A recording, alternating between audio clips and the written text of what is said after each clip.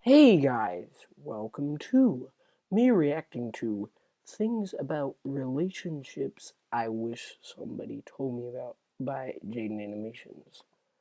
Now I have not seen this, so yeah, but also I'm still at my grandma's house because I was not expecting another video to come out the same day, and not only that, there's another video that I have to react to the same day. But yeah, I'm probably gonna post this tomorrow as I'm filming this, so you might be seeing it a day after I'm recording this. But yeah, also, yeah, there's this. There's a glare, which I'm sorry about the glare. It's nothing I can do unless I think I can do something about it, but I don't know. But yeah, anyways, guys, there's links in the description. Make sure to subscribe to Jaden Animations. That link's also in the description. Anyways, let's get right into it. People are so complicated that most of us don't even understand our feelings and thoughts half the time. Yet, here we are, 7.5 billion of us stuck on this rock, having to interact with each other, everyone with different goals and values and beliefs, and we all gotta try and get along. And also, some people have knives and no emotional reaction to murder. But that's not the point. When I say relationships, I'm talking about any type of interaction between people. Friends, family, colleagues, when you do the kisses with someone. Red flags are a term that everyone's familiar with. That person cheats on everyone they've been with, red flag. That person only uses people for their personal benefit, red flag. That person doesn't wipe off the knife after spreading butter on toast, and when they go for more butter, little crumbs get stuck in the tub. Red flag! But what about red flags that only start revealing themselves once you've built trust with someone and have a connection with? When your opinion of someone is positive, those flags can start being overlooked, or you start saying, oh, but they're a good person. I trust them. Oh, I mean, they wouldn't want to hurt me on purpose. It's easy to rationalize warning signs of a bad relationship when you have a positive view of someone, but it doesn't mean that they're not there or should be ignored. They're still being a jerk. It's just complicated by your history together. I think the majority of people tend to be too nice or passive or overly understanding. It's really common and easy to do. Because of that, toxic relationships are much more prevalent than you'd realize, and it can be difficult to know what to look for. There's a chance you're in a hurtful relationship right now and don't even realize it. The term manipulation gets thrown around a lot, and because of that, I think a lot of people would feel they would be able to identify manipulation if it happened to themselves. But it's not as easy as, Chad and Sally are dating. Sally wants to go out with friends. Chad forces Sally to stay home with him. Chad's a manipulator! What? Yeah, that's actually a super common manipulative situation. But the way manipulation works is that it builds up slowly over time and is almost entirely emotional. Chad might instead start isolating Sally from her friends by nitpicking things he doesn't like about an individual person at a time. I don't like how Nick talks to a lot of girls. That's kind of weird. Don't you think Dawn drinks too much? That's not too responsible of her. Little implants like that can make Sally view her friends not as highly one by one and start trusting Chad more. A few months of this go by and Sally's not hanging out with any of her friends anymore and Chad successfully isolated her, which means he has much more control over her thoughts and emotions. You still might think that's easy to see through, and some people are better at picking up on warning flags than others. I think it's important to keep in mind that everything in real life is much more humanized than when we talk about them. For example, we're raised to believe that drugs are awful. It's pretty much brainwashed into us. You're at a party, the lights are blaring, and someone comes up to you and goes, "Hey kid, wanna do a drug?" Time slows down, the cigarette is glowing with evil energy. You look up, and all of a sudden they've grown horns and fangs, and oh my god, it's Satan! No, that's not what happens. Realistically, you'd be at a small get-together with close friends. You've had a nice night with them so far, laughing and having a good time just like normal. One of them just takes out a little sandwich baggie and is like, "Hey, I've got Coke." There's no time slow-mo or sirens. It's a completely normal feeling situation and all of a sudden your brain is confused. Drugs are bad, but this is my friend. We've known each other since 5th grade. He's just a normal dude. He's not bad. Are my other friends gonna do it? Your brain thinks of any excuse it can to rationalize behavior from people you trust or think highly of, which applies to relationships. It can be difficult, but you need to define how people should treat you and respect yourself enough to not let people maneuver you into bad situations. Emotionally abusive and manipulative relationships are super frickin' common, and it's tricky because they jostle with your head feels and can make you feel like a squashed fly on a window. Stuck, powerless, sad, dead. If fly corpses even feel sad. Yeah, they're dead. I guess they're just dead. Emotional blackmail is a way to control or manipulate someone by using guilt, fear, and obligation against them. Is someone passive-aggressive, overly controlling? Do they use threats like, do this or I'll hurt you? Or even, do this or I'll hurt myself?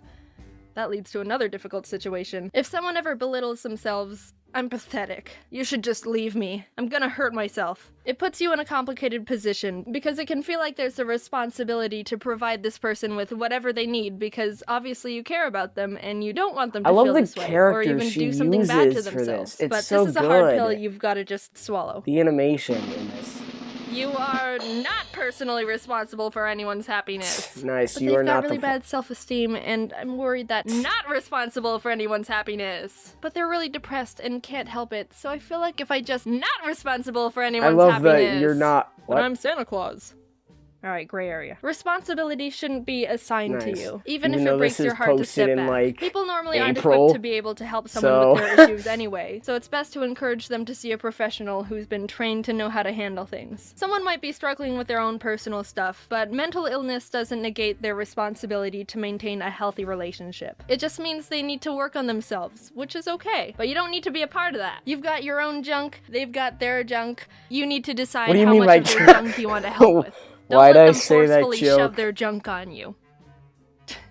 I like to imagine she made that joke. To maintain it every day. She just made that joke. Or relationship I have that just feels like pollution in any way. Nice. Maybe it started off well, but slowly started feeling damaging. Then I've got to just step back and ask myself if I need to kick them off my planet. It sounds harsh at first, but you really can't drop your responsibility to maintain your ecosystem in hopes to improve someone else's. Who's gonna watch your ecosystem? No one. Because that's your responsibility. True. Communication is the most important way to know if you can work on fixing the relationship or need to cut it. Hey dude, can you stop dumping toxic waste into my ocean? You've been doing it for a while, and all my cute little dolphins are dying. Oh jeez, I didn't even realize I was hurting them. I'm sorry.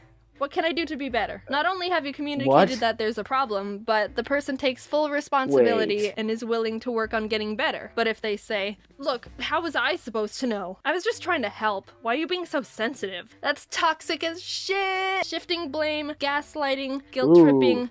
Catch this deportation. Let them know how they're affecting you, set boundaries on how much you can give, and make sure you both have your own support systems so you don't have to just rely on each other. If things don't change, look at your behaviors as well. Do you feel like you need to justify or explain their actions too much? Do other people you trust not like them? People can get stuck accidentally blaming themselves or over-rationalizing things that are just not right in the first place. And don't forget that you can also be doing things wrong too. Self-reflect a bit. Verbalize your feelings. Ask yourself, am I being an asshole? Why are you doing things? Out of spite? Anger? Jealousy? It's tough to admit your faults, but it's more important to be 100% real and brutally honest with yourself if you're gonna maintain a 100% real relationship. People who manipulate most often don't realize they're being manipulative. No one wakes up and is like, haha, I'm gonna be super manipulative today. Think about your contributions to your relationships and how they affect things. It's okay to admit when you've messed up. It's more messed up to turn a blind eye and keep being a jerk. It takes a lot to break off any sort of relationship because it can feel like a defeat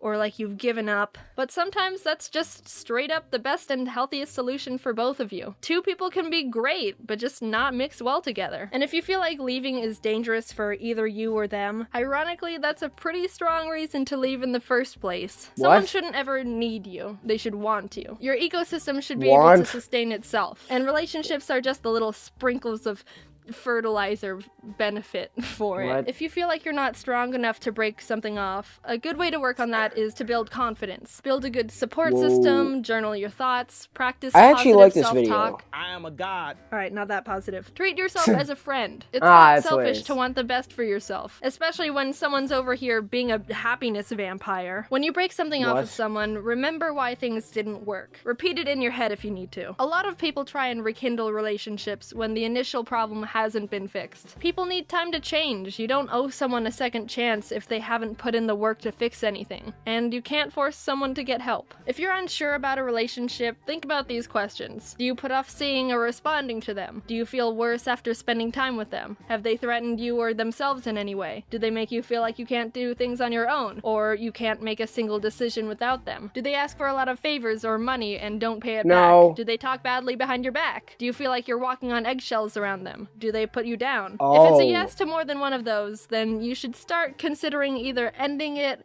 or try to communicate and resolve the problems. I don't have any of these problems. You're the one who has to live in it, and you deserve clean air. I mean, I'm fine with people if they, if they think that, if they talk behind my back. I'm kind of fine with that, because I mean, I do that about people, which probably isn't good. But I mean, I kind of talk to myself in a way. So I kind of like this video. I like the character designs, and I hate this glare right here. I mean, that's kind of annoying. But I like the character designs. I really do like the character designs. And yeah, there's a mirror behind me. But I really do like the character designs that she used in this. It made the video a lot better and make more sense. And that's what I liked about it. It was very good. And the sort of kind of relates to me, because it's like, yeah, I sometimes do that. I think a lot. So yeah. But yeah, anyways, guys, I hope you enjoyed this episode. Leave a like on the video, subscribe to my channel, and you guys will see you in the next one. Bye!